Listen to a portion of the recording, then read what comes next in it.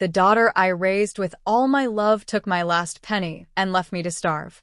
But when she returned from her luxury trip and opened my refrigerator, she screamed in pure horror. What was hidden inside that fridge that shattered her greed forever? Join me for a story of betrayal, awakening, and a mother's shocking decision. Oh, my sweet darlings, come closer, sit right here by Auntie on this cozy sofa. It's so cold outside, isn't it? Look at the snow falling softly past the window, just like little feathers from heaven. Auntie is going to tell you a very special Christmas story today. I'll tell it slowly, gently, the way I used to tell stories to my own little girl when she couldn't sleep. This is the story of Aunt Eleanor, a kind old lady who lived all alone in a big, beautiful Victorian house on a quiet, snowy street. The house was like something out of a fairy tale from the outside, my loves, tall windows, a pointed roof dusted with snow, and every Christmas she would hang twinkling lights all around. But inside there was a little sadness hiding in the corners. Aunt Eleanor's only son, Alexander, or Alex, as she called him with so much love at her heart, had moved far away to the big city many years ago. He hardly ever came home, and when he phoned, it was usually to ask for money. But every Christmas, Aunt Eleanor would still put up the most magnificent tree you've ever seen. It reached almost to the ceiling. She would bring down the old boxes from the attic herself, her poor hands shaking a little, and hang every ornament with care. Each one held a memory. The glass angel from her wedding day, the little paper stars Alex made in school, the silver bells her dear husband Thomas bought on their last holiday together before he passed away. The house was full of precious old things, my dears, her grandmother's sterling silver tea service shining in the cabinet, her mother's diamond brooch locked safely away, beautiful oil paintings on the walls, a grandfather clock that ticked so steadily in the corner, and a full set of fine china for 12 people, saved, she always said, for special occasions. Aunt Eleanor would look at them and think, one day these will all belong to Alex, perhaps for his wedding, for his family. This year, a week before Christmas, Alex rang her up. His voice was all bright and cheerful. Mom. Some friends and I are going on a wonderful Christmas trip to a luxury cabin in the mountains, skiing, parties, everything.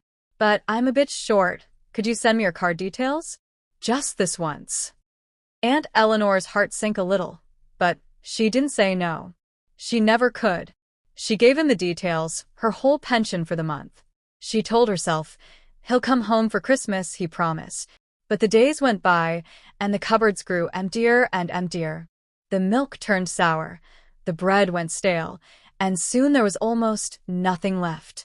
Aunt Eleanor made her meals smaller and smaller, just a little oatmeal in the morning, a thin sandwich at lunch, watery soup at night.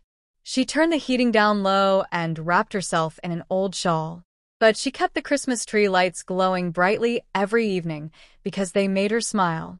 One cold night, the hunger hurt more than usual. She opened the fridge, and there was nothing but an empty light staring back at her. In the pantry, only a half-empty jar of oats and a few lonely tea bags. Tears came to her eyes. "How has it come to this?" she whispered. Then her gaze fell on all those precious things gathering dust around the house. Something quiet but strong woke up inside her that night. Not anger yet, just a clear, calm decision. The very next morning, she found an old newspaper by the fireplace. Alex always teased her for keeping them. There, circled in pencil from months ago, was an advertisement.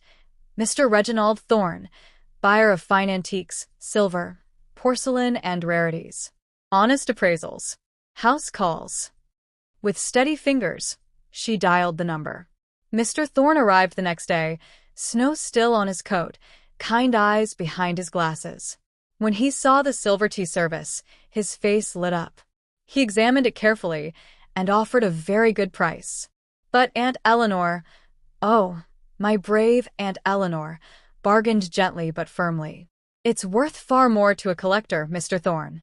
Let's agree on a fair price." And he smiled and said, "Deal." With the money in her purse, she put on her best coat and went, for the first time in ages, to the fancy gourmet market downtown. She bought everything her heart desired. A golden roast turkey, real black caviar, bottles of sparkling champagne, truffles, aged cheeses, smoked salmon, exotic fruits, warm crusty bread, and boxes of the finest chocolates.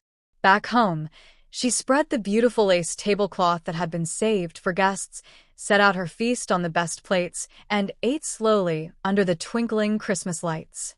Every bite tasted like freedom. Then she filled the refrigerator until it was bursting, shelves full of luxury from top to bottom. Over the following days, she sold more treasures. The diamond brooch, the grandfather clock, the Persian rug, the china set. The house grew lighter, brighter, airier. With every sale, she treated herself a soft velvet robe, new books, warm slippers, and even booked a ticket to a lovely spa resort for after Christmas. But the biggest shock came when she was tidying Alex's old room and found a hidden folder. Inside were brochures for a cheap, dreary state-run retirement home and draft legal papers giving Alex power of attorney, plans to sell the house and move her away for her own good. He wasn't waiting for nature to take its course. He wanted her out of the way. That day, Aunt Eleanor called Mr. Thorne back. "Take everything of real value," she said calmly. And so the house was transformed, clean, fresh, truly hers at last. Christmas Eve arrived. The snow fell thick and silent. The doorbell rang. There stood Alex, tanned and cheerful from his luxury trip, carrying cheap souvenirs. Mom. Merry Christmas. Wow, the house looks so empty. Did you do some spring cleaning? He walked straight to the kitchen. I'm starving after the journey.